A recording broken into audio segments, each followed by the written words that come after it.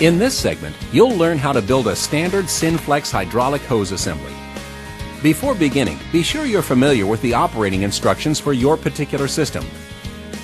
Always wear safety glasses, avoid jewelry, and be aware of any loose-fitting clothing when operating the machine.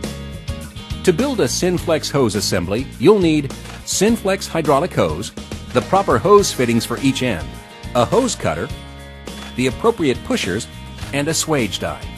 For complete assembly instructions, including the appropriate fittings, pushers, and dies, please reference current Synflex assembly instructions. First, measure the hose to the proper length.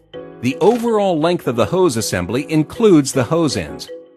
This additional length is called the cutoff factor and must be accounted for when cutting the hose. The cutoff factors for various hose ends are found in the Synflex hose assembly instructions.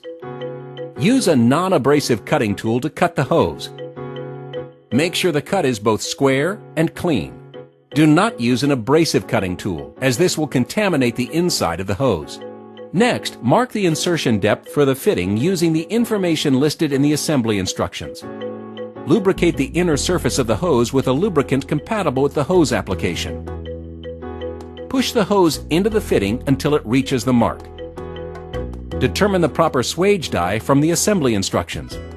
Select the proper swage die by locating the part numbers on the top and the serial numbers on the bottom of the dies. Each die set is mating halves. Be sure the serial numbers are the same. Install the die into the swage machine and lock in place with the die detent pins. Lubricate the inside of the swage dies with SAE 90 lubricant. Use the assembly instructions to select the proper pusher and lock it in place. Turn the machine on and insert the hose up through the die and into the pusher, holding it there while the swage is being made. Pull the control lever to the down position, guiding the fitting into the swage die and holding it there until the pusher bottoms out against the die. When the swage is completed, push the control lever to the up position and withdraw the assembly.